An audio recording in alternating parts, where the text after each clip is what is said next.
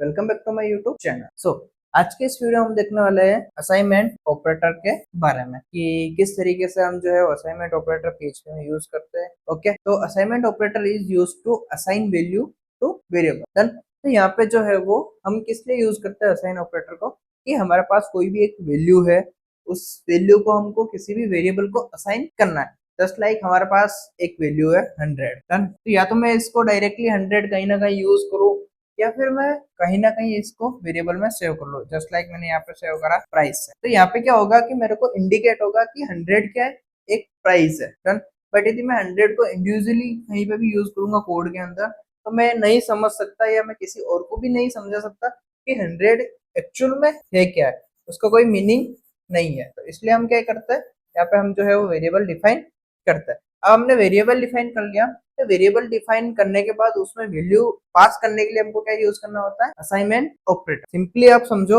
Variable में value डालने के लिए यूज होता है। ठीक है, कि कोई भी आपके पास वेरिएबल है तो वेरिएबल आपका क्या होगा, ब्लैंक होगा। उस ब्लैंक वेरिएबल के अंदर आप कोई भी वैल्यू पेस्ट करनी है, वैल्यू जो है वो डालनी है, तो आप वहां पे क्या यूज करोगे, असाइनमेंट ऑपरेटर। डन, इसको किस किस तरीके से हम यूज करते हैं वो हम यहाँ पे जो है वो एक चार्ट की मदद से देख लेते हैं कि जस्ट लाइक आपके पास जो है वो बेसिक असाइनमेंट ऑपरेटर, तो हमारा जितने भी ऑपरेटर्स होते हैं, डन, तो सबसे हमारा जो मेन ऑपरेटर होता है वो क्या होता है, इक्वल। ठीक है, इसकी मदद से हम क्या करते हैं कि किसी भी यहाँ पे जो है वो ये नहीं एक ही इक्वल आएगा। तो यहाँ पे जो इक्वल है हम क्या करते हैं कि यहाँ पे हमारे पास एक वेरिएबल है, जस्ट लाइक मेरे पास नाम है और मैंने यहाँ पे इक्वल करा और यहाँ पे मैंने जो है वो हिम्मत कर डन। तो अब क्या होगा कि इसकी जो वैल्यू है वो क्या है, ये डन। तो यहाँ पे क्या हुआ, ऑटोमेटिकली जो हिम्मत स्ट्रिंग है वो कहाँ पे असाइन हो गई मेरे को, इस वेरिएबल के अंदर।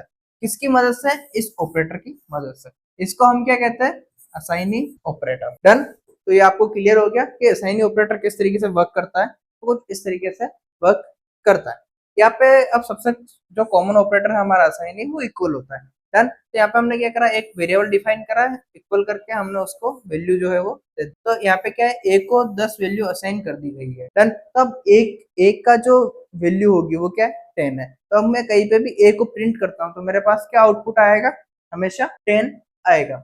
अब यहाँ पे जो है वो एडिशनली असाइनमेंट कह सकता हूँ। ठीक है, तो जितने भी हमने जो है वो अर्थमेटिकल ऑपरेटर्स पढ़े थे, वो सारे के सारे जो है वो असाइनी के साथ ऐड हो जाते हैं। अब यहाँ पे मैं आपको बताता हूँ कि जस्ट लाइक मैंने आपको यहाँ पे ये बताया था, उसके बाद यहाँ पे जितने भी अर्थमेटिकल ऑपरेटर होते हैं, कि यहाँ पे मैं कर सकता हूँ प्लस इक्वल, माइनस इक्वल, उसके बाद मॉड्यूलस इक्वल, उसके बाद मल्टीप्लीकेशन इक्वल, उसके बाद डिवाइड इक्वल। डन, तो यहाँ पे क्या होगा, विथ ऑपरेशन, विथ अर्थमेटिकल और हमारा जो असाइनी ऑपरेटर है, वो दोनों साथ में मिलकर जो है वो सारा काम करते हैं। तो यहाँ पे आप देख सकते हो कि हमारा डॉलर ए है, उसको अंदर हमने 10 करा है, और उसके बाद हमारा जो डॉलर ए है प्लस इक्वल 5, मतलब इसकी वैल्यू ऑलरेडी 10 है, उसके अंदर हमने क्या करा है, प्लस करा है, क्या करा है, 5 करा है और उसको वापस असाइन कर दिया, तो इसकी वैल्यू क्या हो जाएगी, 15। डन, तो इस तरीके से जो हम वो एडिशनल असाइनमेंट यूज कर सकते हैं, सेम लाइक हम सब्सट्रैक्शन असाइनमेंट यूज कर सकते हैं, मल्टीप्लीकेशन असाइनमेंट यूज कर सकते हैं,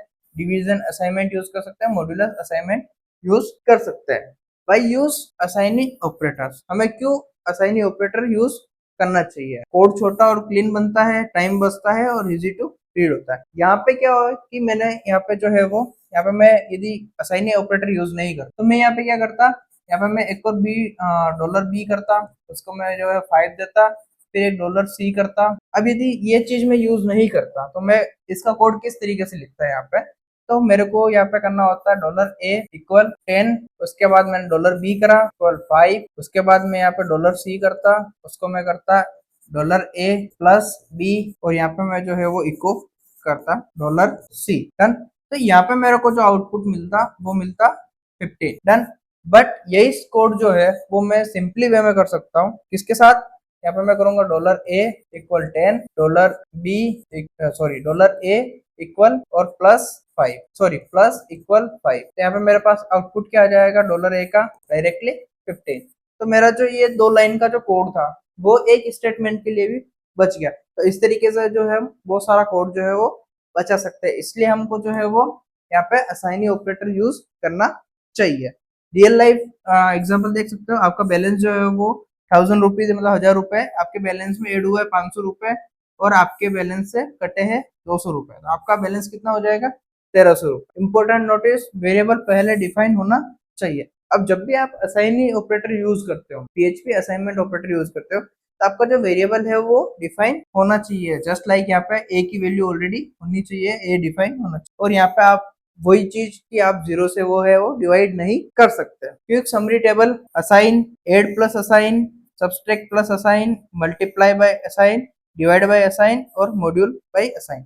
अब यहाँ पे जो है वो हम असाइन से मतलब क्या समझे कि असाइनमेंट जो ऑपरेटर होता है उसका बेसिकली वर्क क्या होता है? उसका बेसिकली वर्क जो होता है वो होता है असाइन वैल्यू। कि आपके पास कोई भी एक वैल्यू है, उस वैल्यू को आपको एक वेरिएबल के अंदर या एक बॉक्स कह सकते हो आप, उसके अंदर आपको फिट करना है। डन। तो आप किससे करोगे? इक्वल से कर लोगे। अब फिट करने के साथ साथ आपको कोई ऑपरेशन भी करना है उसके साथ, तो आप फिट करते वक्त ही ऑपरेशन कर सकते हो।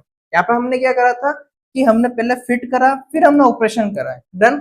यहाँ पे हमने उस वैल्यू को पेस्ट करते वक्त ही ऑपरेशन करके ही उसको अपडेटेड वैल्यू ही पेस्ट करी है सेम वेरिएबल में। तो यहाँ पे क्या होगा, हमारे पास एक ही वेरिएबल चल रहा था, हमारी मेमोरी एलोकेशन भी कम होगा।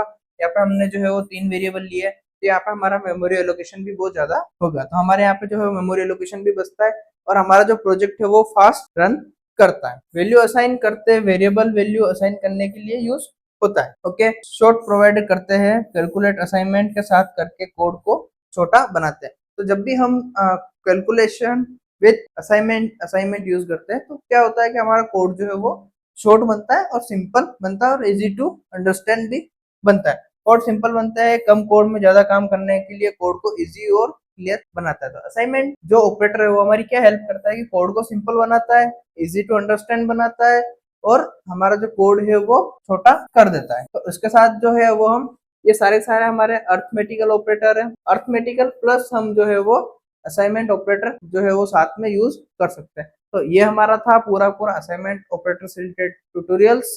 और यदि आपको कोई भी इश्यू हो तो आप कमेंट में मेरे से पूछ सकते हो, एंड आप मेरे को इंस्टाग्राम पे भी डीएम कर सकते हो। और यदि आपको वीडियो अच्छा लगा तो वीडियो को लाइक करना है और अपने दोस्तों के साथ शेयर करना है। Thank you friends, watch my video.